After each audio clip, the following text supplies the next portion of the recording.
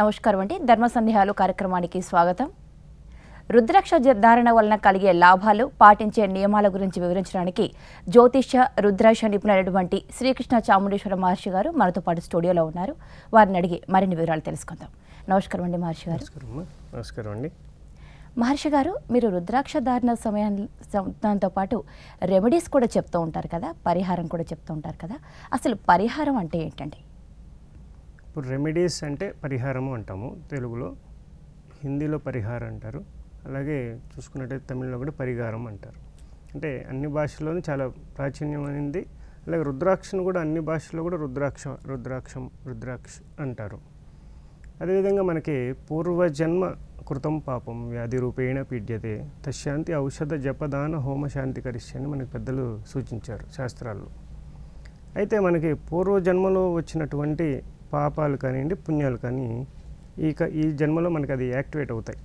అంటే పాపాల రూపంలో ఉంటే కష్టాలు, అలాగే పుణ్యం చేసుకున్నప్పుడు వాటికి సంబంధించిన సుఖాలు అనుభవిస్తాం. సుఖం దాదాపు అందరూ పొందిన తర్వాత దాని గురించి ఇబ్బంది లేదు.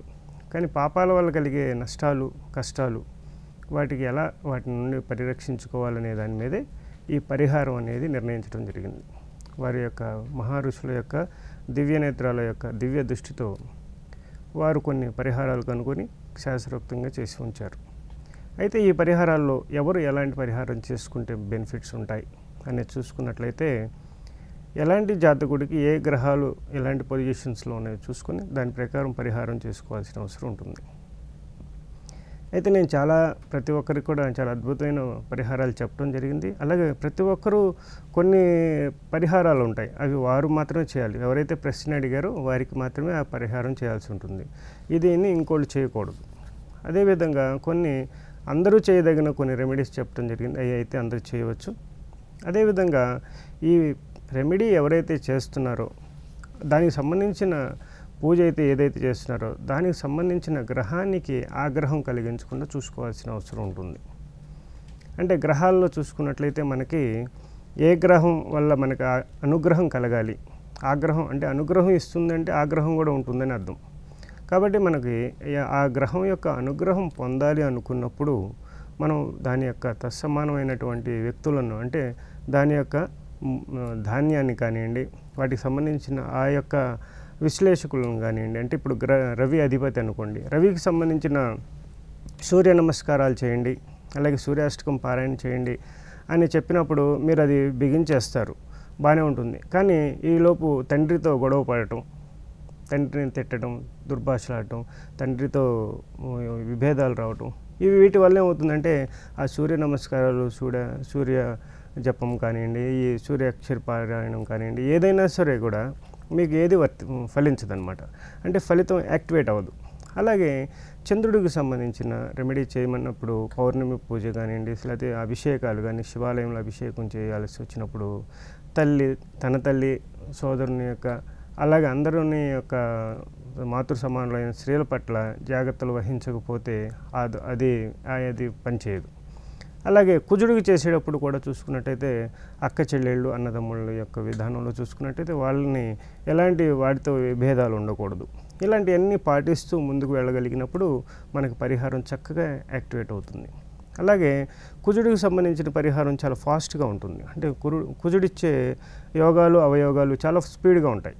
అలాగే శని మందగమనుడు, ఆయన ఇచ్చే పరిహారములో చూసుకున్నట్లయితే వెంటనే ఫలితాలు ఎవరైనా, ఎందుకంటే ఆయన మందగమనం వల్ల ఏమవుతుందంటే మనకి పరిహారాలు కానీ, కరుణ కానీ, అనుగ్రహం కానీ నిదానంగా ఉంటుంది, లాంగ్గా ఉంటుంది, అంటే చాలా కాలం ఉంటుంది, దీర్ఘకాలంగా ఉంటుంది. కాబట్టి ఆ విధంగా మీరు ఆ గ్రహాలకు సంబంధించి చూసుకున్నట్లయితే, ఇప్పుడు నెక్స్ట్ మనం బుధుడు తర్వాత చెప్పుకుందాం.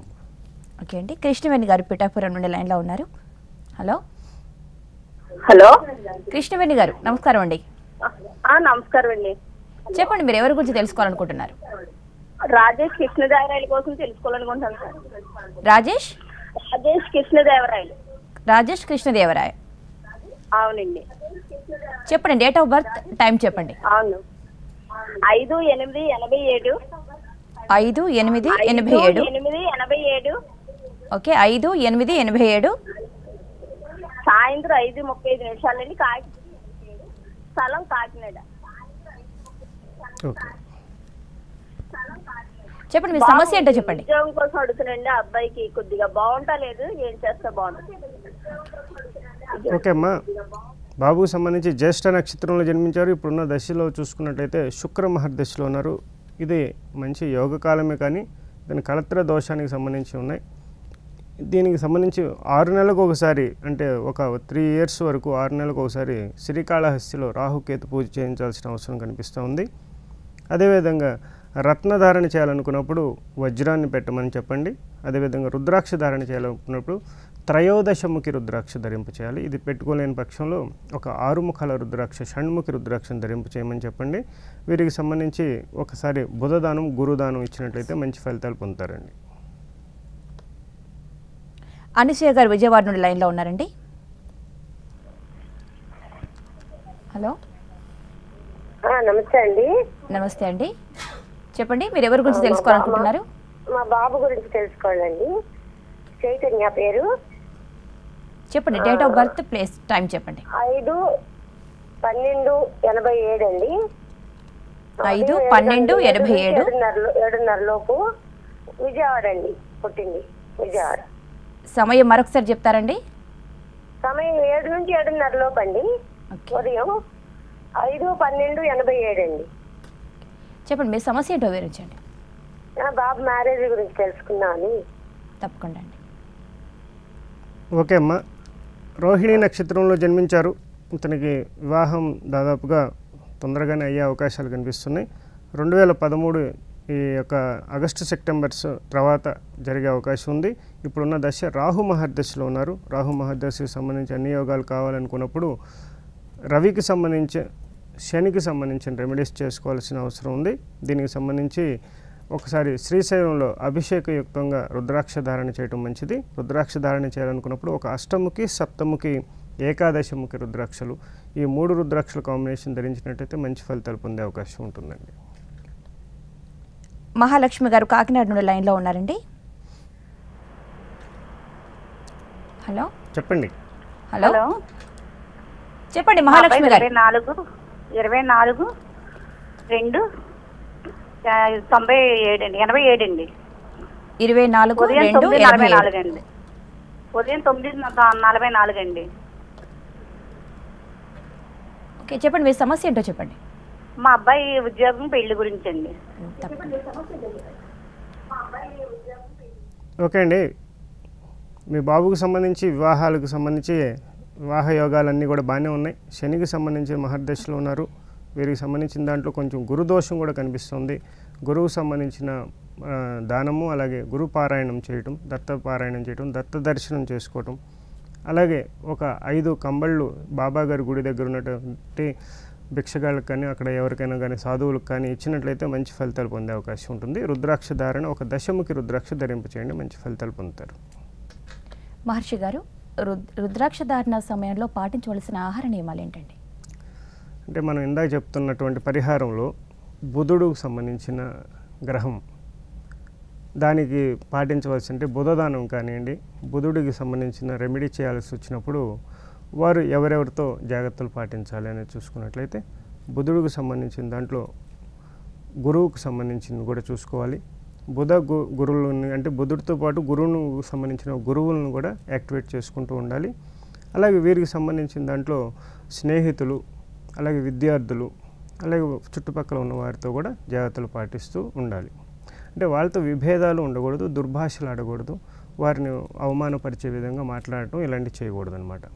అలాగే గురువుకు సంబంధించిన దాంట్లో కూడా బుధుడికి సంబంధించిన వాళ్ళని కూడా యాక్టివేట్ చేసుకుంటూ గురువులు, సాధువులు, అలాగే వారి యొక్క విద్యను నేర్పిన వారు, వారి పట్ల గౌరవం, వారికి సంబంధించిన గురుభక్తి, గురుభావం కలిగి ఉండాలి ప్రతి పెద్దల యందు, వృద్ధుల యందు. అదేవిధంగా చూసుకున్నట్లయితే మనకి శుక్రుడికి సంబంధించిన దాంట్లో తన భార్య, తన తోడబుట్టిన వారు, స్త్రీల పట్ల, అలాగే సుగంధ ద్రవ్యాలు అమ్మేవాళ్ళు, అంటే ఇప్పుడు షాపింగ్ మాల్స్లో లేడీస్ కానివ్వండి, అలాగే ఎక్కడైనా బజార్లోకి వెళ్తున్నప్పుడు చెడు దృష్టితో స్త్రీని చూడకుండా ఉండటం, ఇలాంటివి కూడా కావాల్సిన అవసరం ఉంటుంది. ఇలాంటిది శుక్రుడికి సంబంధించి రెమెడీ చేస్తున్నప్పుడు ఈ పాటించాల్సిన అవసరం ఉంది.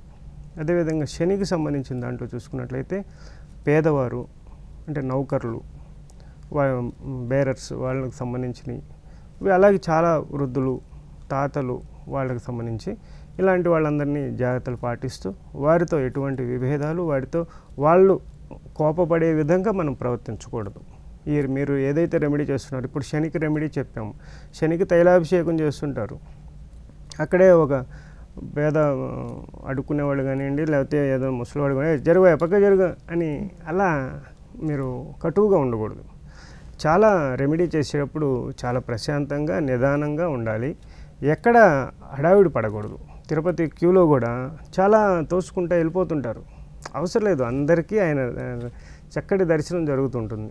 అయితే ఒక 2 మినిట్స్లో మీరు పొందే ఇదేం లేదు. చక్కగా మీరు ఆ సన్నిధానంలో ఉండడానికి ప్రయత్నం చేయాలి ఎక్కువసేపు.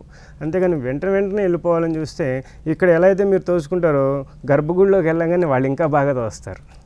కాబట్టి అలా కాకుండా ప్రశాంతంగా దర్శనం చేసుకోవడానికి అంటే సహనంతో కూడుకున్నట్టు దైవ దర్శనం, అలాగే సహనంతో కూడుకున్నటువంటి రెమెడీ చేయాలి. అంతేగాని ఒకళ్ళు మొన్న కూడా ఫోన్ చేస్తాం, మీరు 41 days రెమెడీ చెప్పారండి, అమ్మాయి ఇవాళ అయిపోయింది సార్, ఇంకేం చేయమంటారు, నెక్స్ట్ ఏంటి, ఇవాళ మాకేం ఇంకా రిజల్ట్ ఏం కనపడలేదంటండి అని అడిగారు.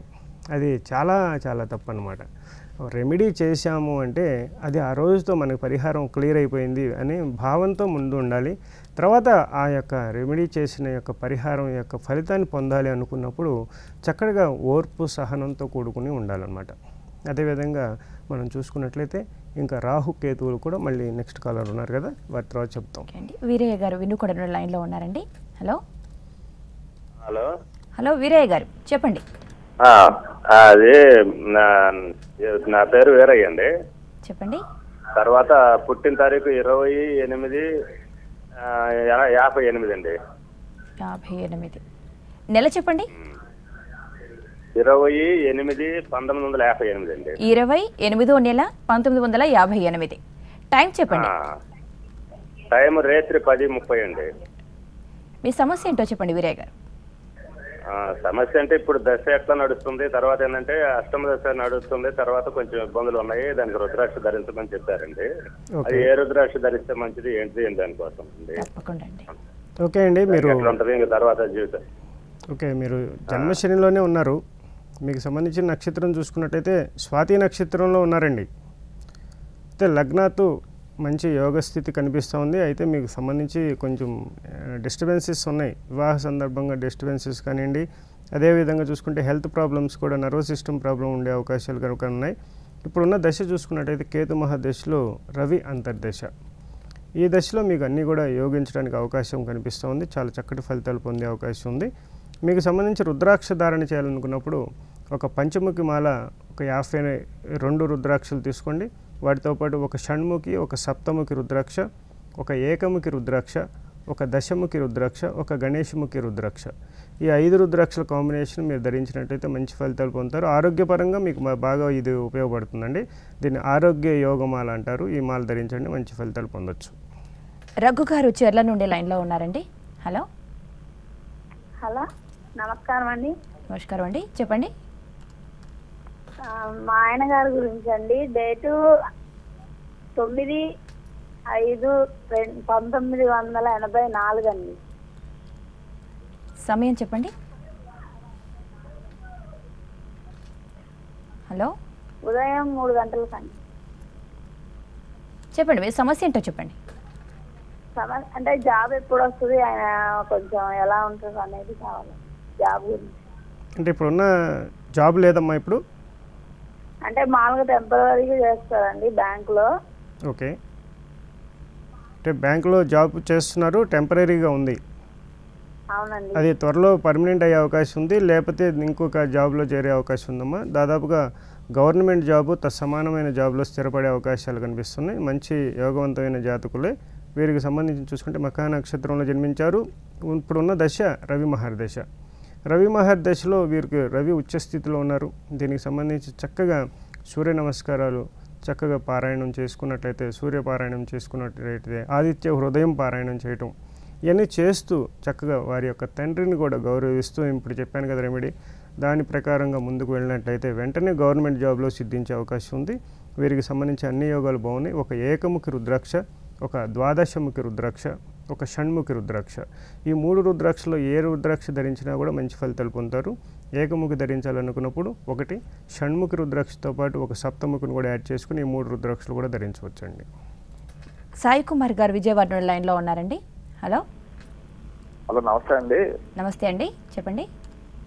నా పేరు సాయి కుమార్ అండి. అసలు నా నక్షత్రం ఏంటి, ఇదేంటి కొద్దిగా చెప్తారా? నా డేట్ ఆఫ్ బర్త్ 11/1/1977. 1977. అవునండి. సమయం చెప్పండి. ఏమండి? సమయం చెప్పగలరా? సమయం ఉదయం 7:33 అండి. తప్పకుండా అండి.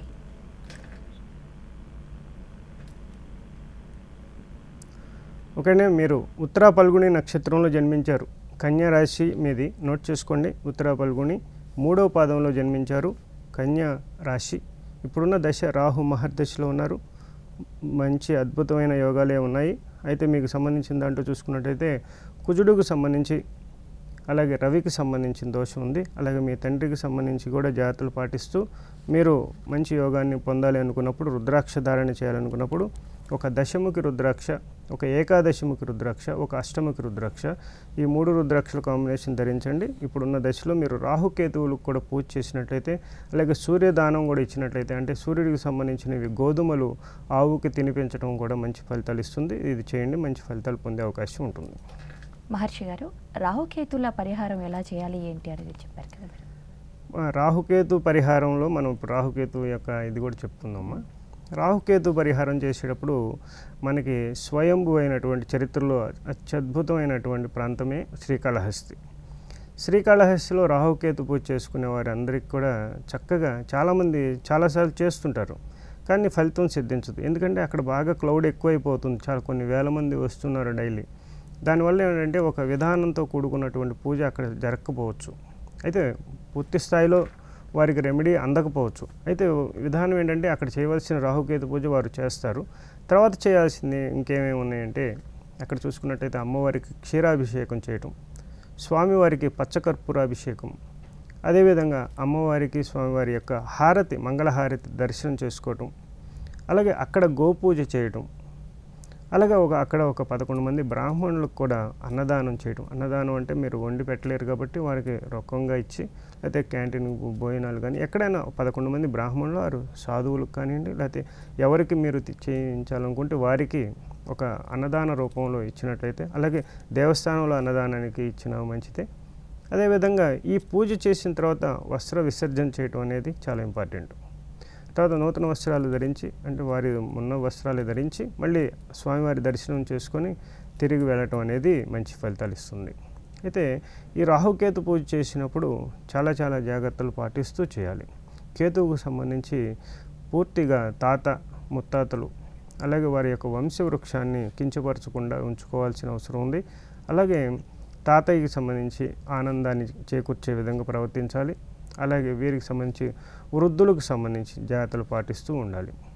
అదేవిధంగా రాహువుకు సంబంధించిన దాంట్లో చూసుకున్నట్లయితే అంటే చుట్టుపక్కల వారు నైబర్స్ని, అదేవిధంగా తండ్రి అలాగే వారి యొక్క ఫ్యామిలీ మెంబర్స్ని కూడా, ఎటువంటి బంధువులు, మేనమామ వీళ్ళందరినీ కూడా జాగ్రత్తలు పాటిస్తూ వారు ఉన్నట్లయితే మంచి ఫలితాలు పొందే అవకాశం ఉంటుంది.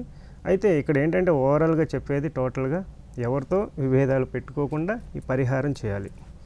ఇంకోటి ఏంటంటే పరిహారం చేసే సమయంలో కూడా మనం ఇంట్లో గొడవ పట్టాలు, తిట్టుకోవటాలు, వాళ్ళ గురించి వాళ్ళు అట్లా వీళ్ళు ఇట్లా అన్నీ మాట్లాడుకోవటాలు ఇలాంటివి చేయకుండా చక్కగా ఏకాగ్రతగా ప్రశాంతంగా మనం ఇప్పుడు ఒక పరిహారం చేస్తున్నాము, దీనికి మంచి ఉపయోగం ఉండాలి, భగవంతుని అనుగ్రహం కలగాలి అని సత్సంకల్పంతో మీరు ఈ యొక్క పరిహారాలు చేసుకున్నప్పుడు మాత్రమే మీకు మంచి ఫలితాలు వస్తాయి.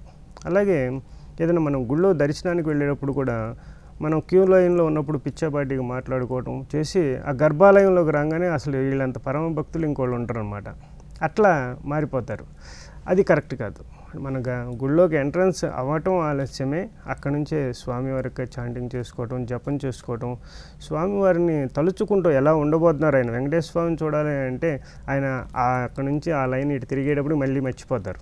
కాబట్టి ఆయన్ని గుర్తు చేసుకునే విధంగా ప్రాక్టీస్ చేయాలి.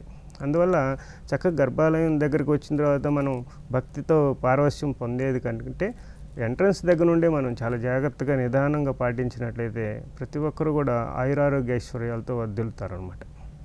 ఓకే అండి. నాగేందర్ రావు గారు ఖమ్మం నుండి లైన్లో ఉన్నారు. హలో హలో నాగేంద్రరావు గారు చెప్పండి. నాది డేట్ ఆఫ్ బర్త్ 15/8/1960 అండి.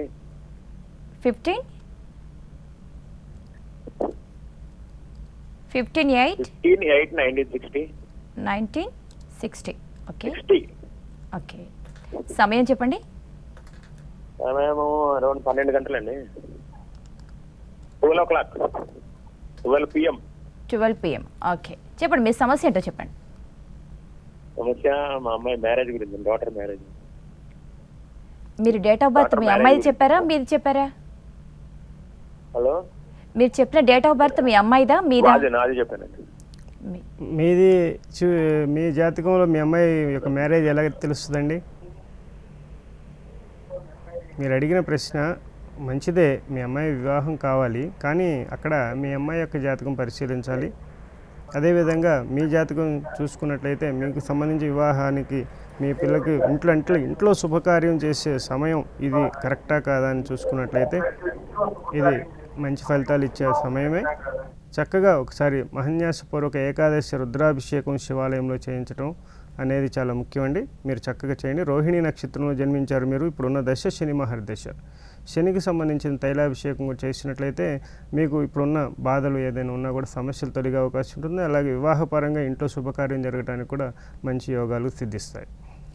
శ్రావణ్ కుమార్ గారు దేవరకొండ నుండి లైన్లో ఉన్నారండి. హలో చెప్పండి మేడం.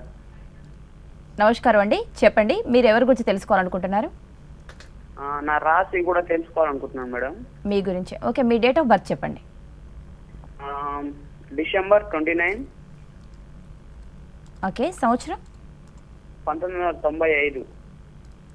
సమయం చెప్పగలరా అండి? సమయం తెలియదండి. సమయం తెలియదు. ఓకే అండి, మహర్షి గారు వివరిస్తారు మీకు.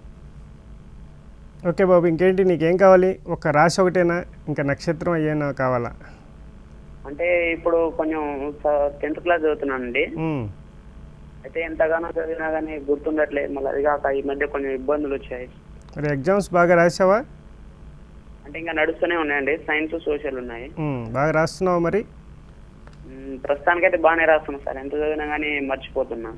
చక్కగా పొద్దున్నే లెగవగానే ప్రశాంతంగా చక్కగా మొహం కడుక్కొని స్నానం చేసి చక్కగా భగవంతుని ప్రార్థించి కొంచెంసేపు మెడిటేషన్ చేయమ్మా.